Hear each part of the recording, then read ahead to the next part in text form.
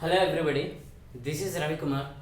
Welcome back to the lecture series of railway engineering. In this video lecture, we are going to discuss about geometric design of railway track.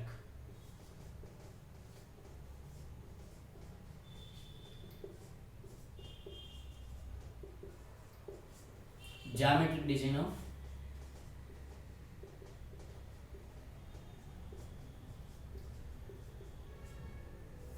railway track. So this is the most important aspect in the sense of geometric design. It means geometric considerations when we need to go for design a railway track. Okay na. So it means the various elements of railway track needed to be considered for the geometric design of railway track. Understand or not? So for the first of all, the elements of railway track which are to be considered in the sense of geometric design are, first one we should consider its alignment, and next one we should consider the gradient of the railway track. Third one we should consider curves, super elevation or cant. Understand? It means curvature of railway track or curvature of railway route. Understand? So in the design of it means in the geometric design of railway track, these three things we need to consider. Okay now, so first of all, coming to alignment. Alignment is the nothing but the route or the way through which we are laying railway track. Understand? So it's called as alignment. It means the center line of the entire railroad or the center line of the entire railway track is considered as alignment, and based upon their its existence, the alignment have been classified into two types. One is straight alignment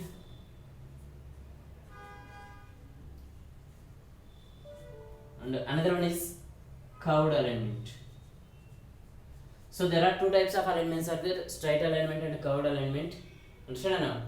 And one more thing is that the alignment again has been classified into two types based upon its it means the based upon the direction in which it is traveling, either in horizontal direction or in vertical direction we are laying the railway track.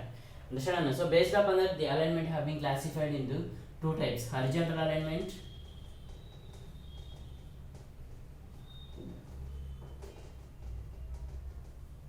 and next one is vertical alignment.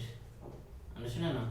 So straight alignment, coming to straight alignment, this we can provide where it means where we no need to change the direction of the track or direction of the way. In that case we can call that alignment as straight alignment, and wherever we need to change the direction of the route or direction of the railway track. Understand? So in that case we can change the direction of the train, or we can change the direction of the railway track by using some curves. Understand? Curved shape.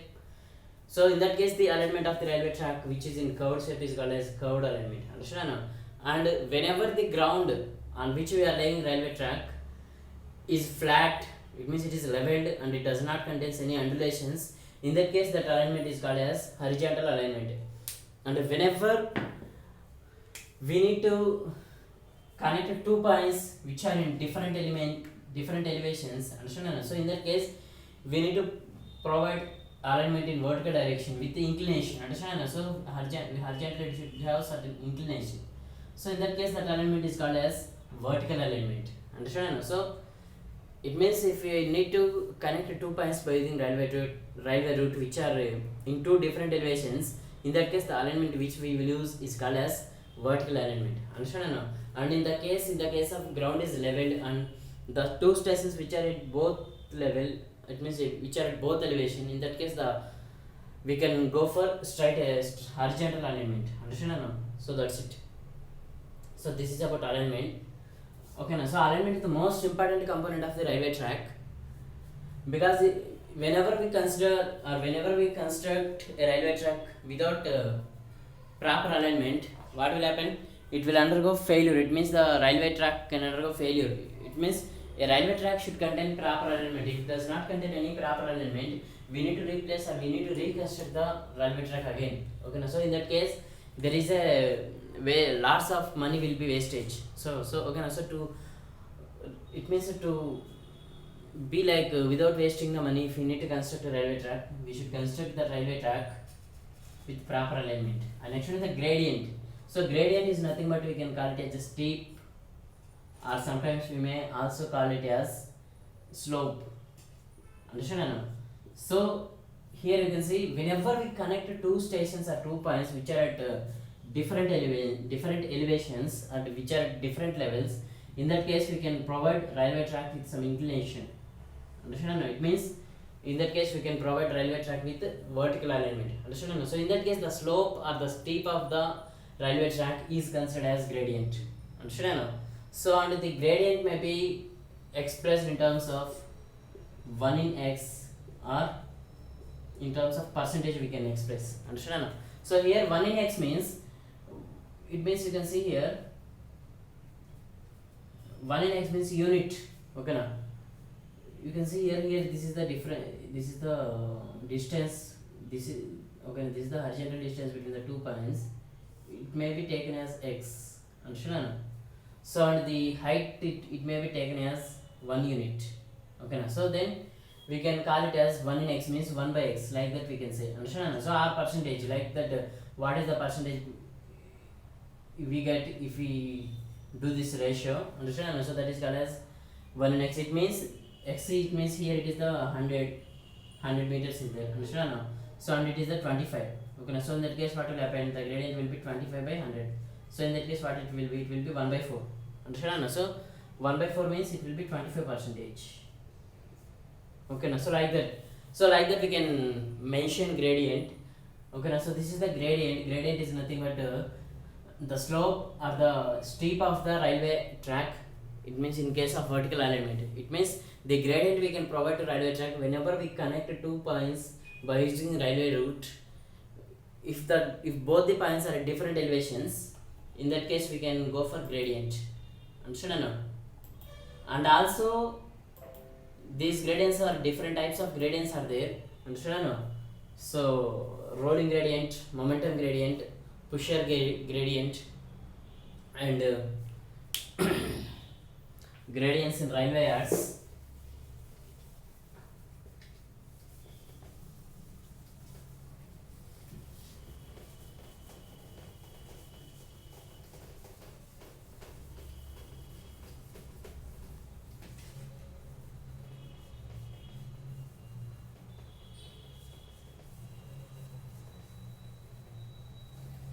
Coming to the different types of gradients, there are different types of gradients are there. First one is ruling gradient.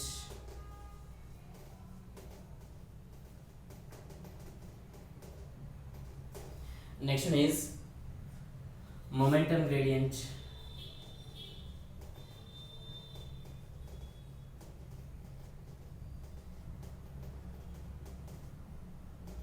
And next one is pusher gradient.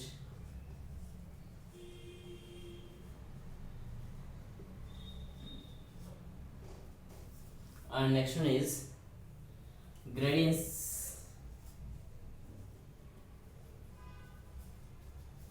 at railway yards. Okay, now so these are all the different types of gradients are there. First one is rolling gradient, next one is momentum gradient, next one is pusher gradient, and next one is gradients at yards. Understand? So ruling gradient is nothing but a design gradient. Understand? So come to the different types of gradients here.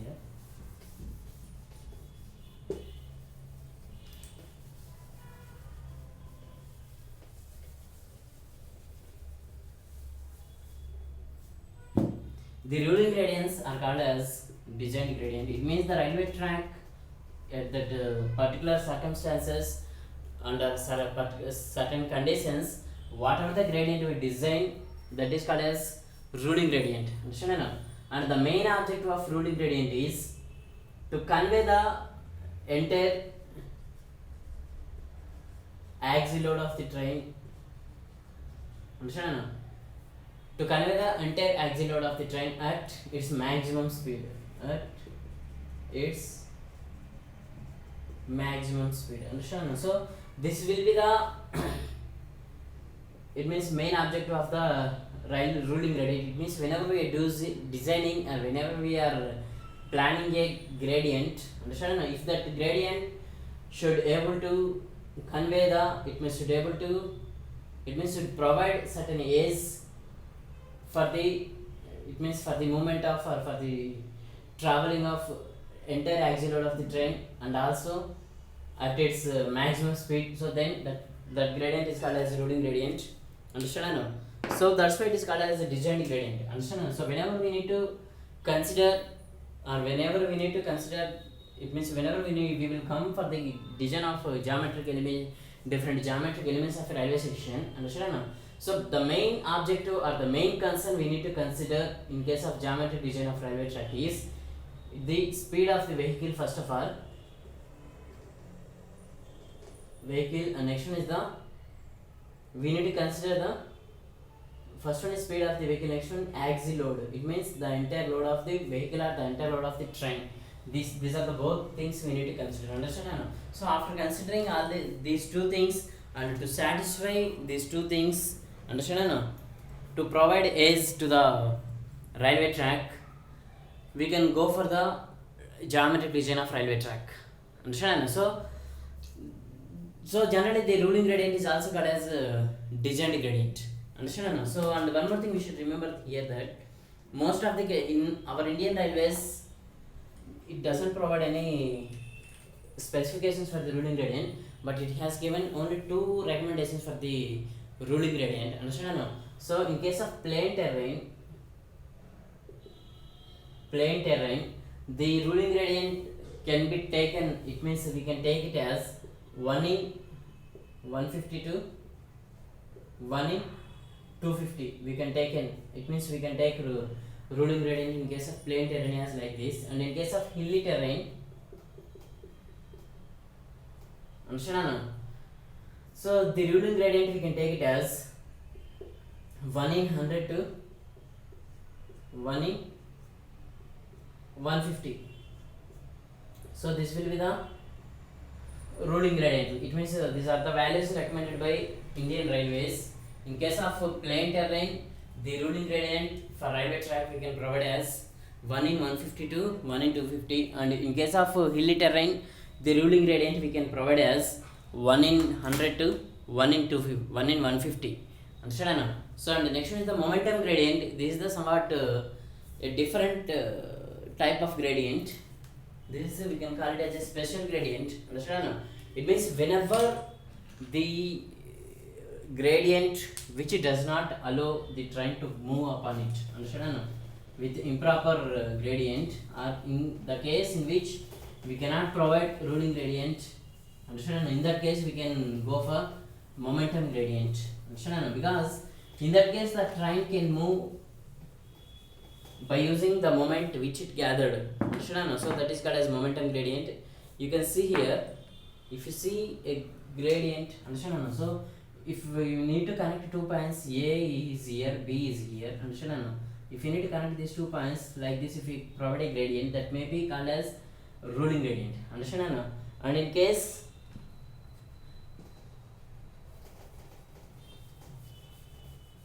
like that, if this is station B and this is station A, understand? So in that case we need to provide a gradient.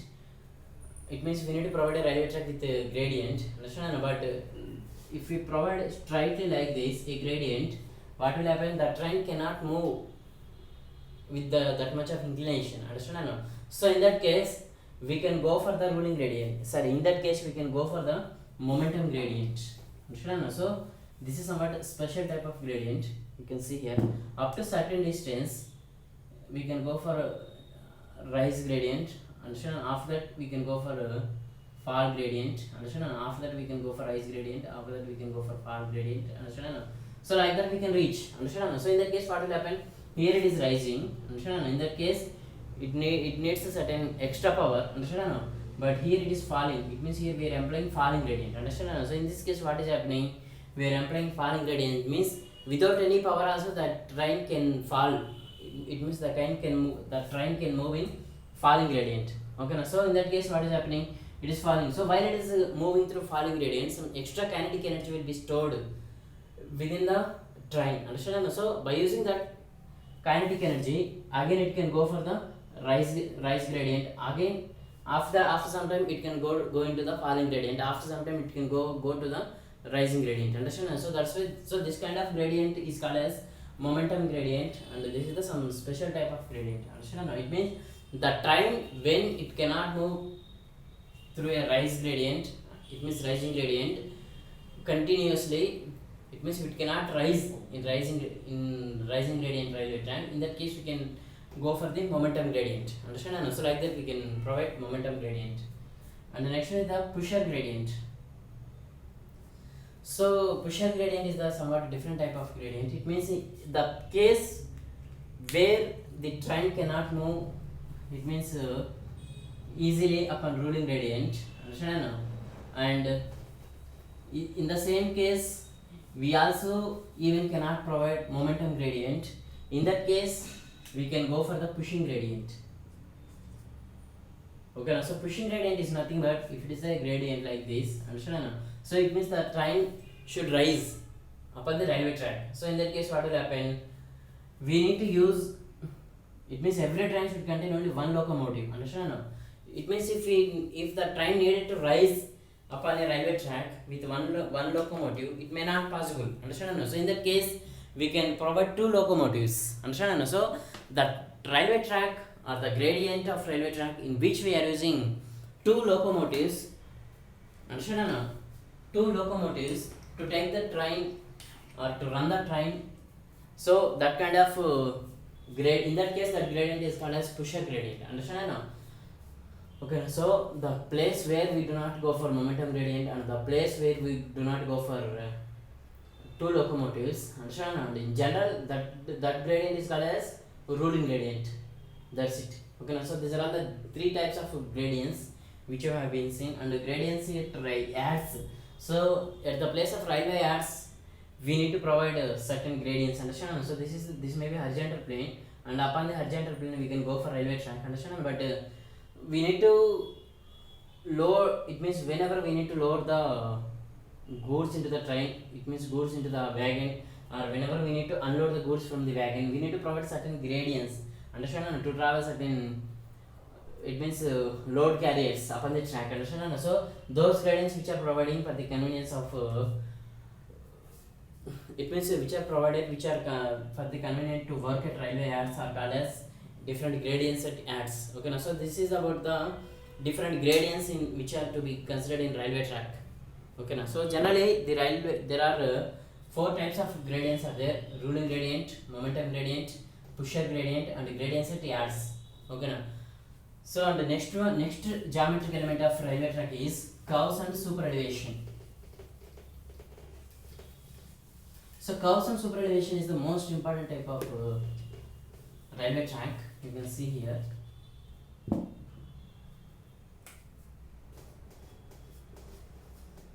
Curves and super elevation. Understand? And the elevation also called as cant. Means cant is the another name of super elevation. Okay, now so this is a station A. You can assume it is as a plain terrain, understand? So this is a station A and this is a station B, understand? So and this is the entire city or somewhat it may be there, understand? So in that case how can you reach the station B? Like this you have to reach. You can, this is the railway track and this is the railway route, understand? So like this you can reach railway track B. It means like this you can reach from A to B, understand? So in that case directly you cannot turn the train.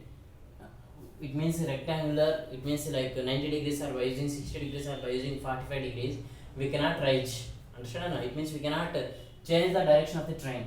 So in that case we can change the direction of the railway track or we can change the direction of the train by providing some curved track, understand? So the place where we need to change the direction of the route, in that case we can provide curves in the railway track. You can see here. So in that case, from here to here like this, we can change the route.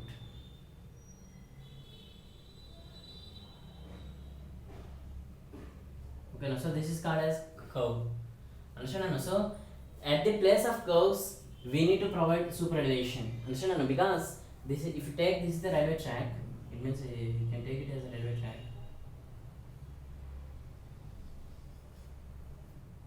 These are sleepers. Understand? No? So here this is called as inner rail, and this is called as outer rail. Understand? No? So in the case of curves, the inner rail, it means the elevation of the inner rail should be lowered and the elevation of the outer rail should be somewhat raised. Understand? No? So in that, so then only we can provide certain aids for the movement of wheels in the railway track. It means in case of curves. Okay, so it means the condition like downing the inner rail and rising the outer rail in case of curves is called as super elevation. That phenomenon is called as super elevation. Understand? No? And one more thing, the height, it means how much the height we are providing to the outer rail from the inner rail, that is called as cant. Understand? It means the elevation between the, it means the elevation difference between the inner rail and outer rail is called as cant. Understand? So that is nothing but curves and super elevation. Understand? So in that case, we need to consider the centrifugal force which is acting upon the vehicle, and also the center of gravity of the vehicle we need to consider. Okay now. So by considering these two things we can, and also the entire load of the train we need to consider. Okay now. So by considering these two things we can design a exact super elevation we can provide. Understand? In case of curves. Okay now. So this is about different geometric elements of railway track. Understand? So coming to the geometric elements of railway track, the geometric elements of railway track especially involving three aspects. First one is alignment, next one is gradient, and next one is curves and super elevation. Understand? No? So this is about the geometric elements of railway track. Understand? No? So I will show here geometric elements of railway track are its alignment, gradient, curve means curvature, under curvature we will study about curves and super elevation. Understand? So these are the different types of geometric elements which we have been studied in this session. Understand? So okay, thank you guys.